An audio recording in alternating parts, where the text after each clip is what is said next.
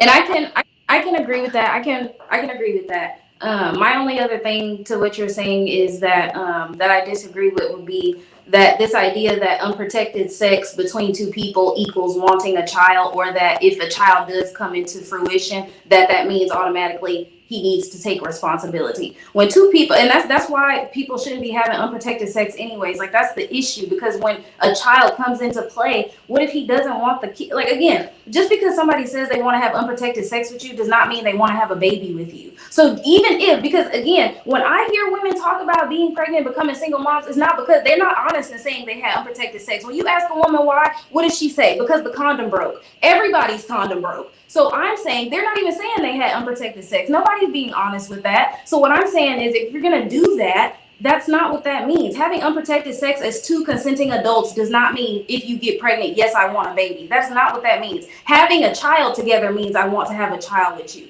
If a man does not marry you, he's telling you he does not want to have a child with you. And anything that happens prior to that point, I would not continue with. And I would never advise somebody to continue with, because being a single mother is hard. No one has ever said it's easy. So I never understand that sentiment. No one ever said it was easy. It is extremely hard. It is extremely hard on the mother. It is extremely hard on the child. This is a horrible dynamic to bring a child into, consciously making that decision. Now, again, obviously, like you said, things happen after the child comes into fruition. I can't speak on that because I've never experienced that, and I wouldn't know about that. But all I'm saying is there are men of good character, and those men are who marry you, get you pregnant, and they build that family with you. That's all I'm saying. There are specific types of men in this world, and all I'm saying is, as a woman, we choose who we give access to our bodies to. You choose who you have. You said it yourself. You tell him to have protection, or you're not having sex with him, right?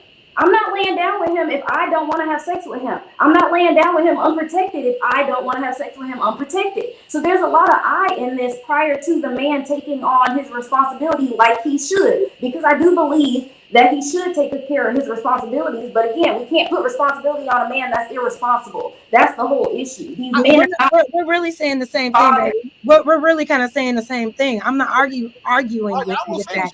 But what I don't like is all the blame being put on the woman, all the blame being put on the single mom, and we're not discussing that two parties went into a situation irresponsibly. That's all I'm saying. I can agree to You know what I that. mean? That's it. We got to have balance because Absolutely.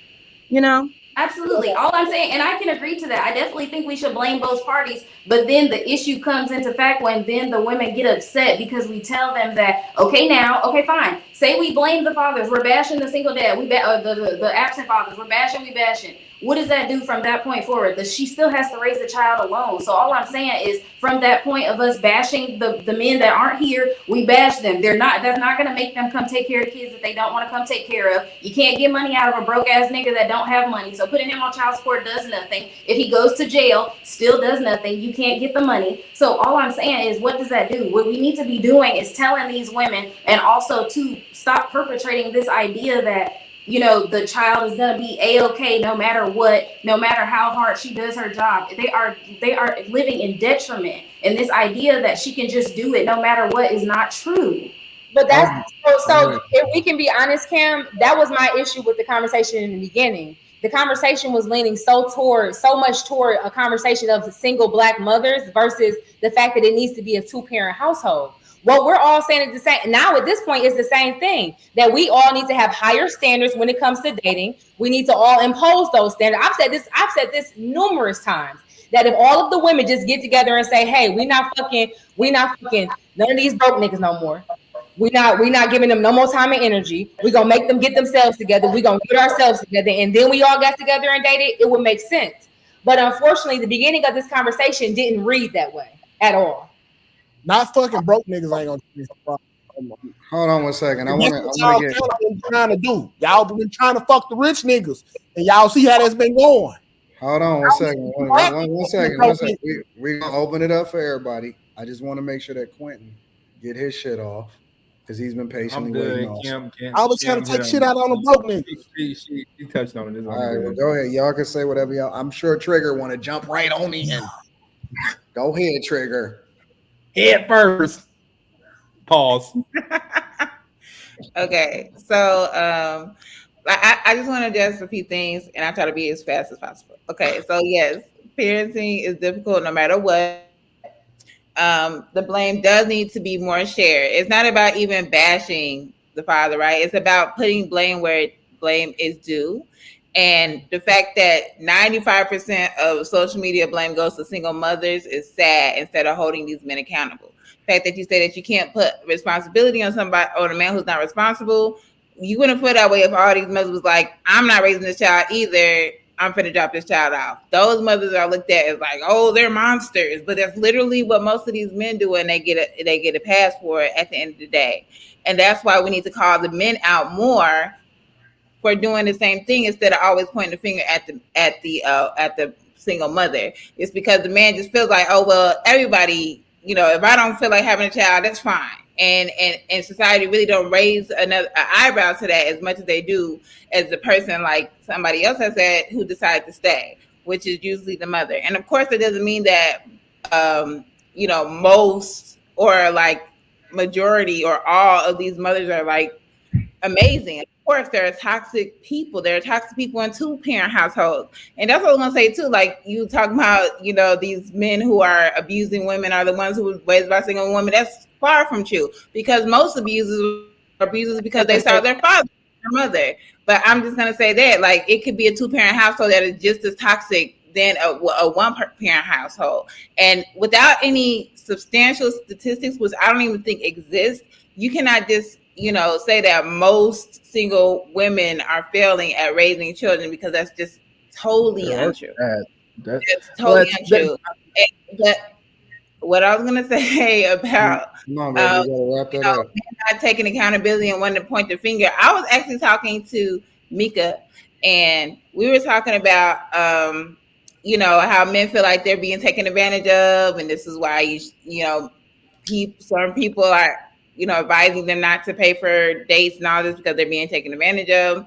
I feel like people like Anton and Mika, with all due respect, are people who are married young, and then they are looking at the victims of these men like, oh, I'm losing my money. Oh, I can't afford these women. We're not talking about that. I think that is not relevant. And that's where they're like trying to champion. That's not relevant to this conversation. We don't revisit that. Quentin, what did you have to say, bro?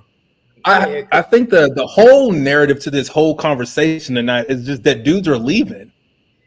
Like, there's no stats about boyfriends leaving single mothers, but there are stats about women being single mothers getting divorced. So what is this whole thing that men are just leaving?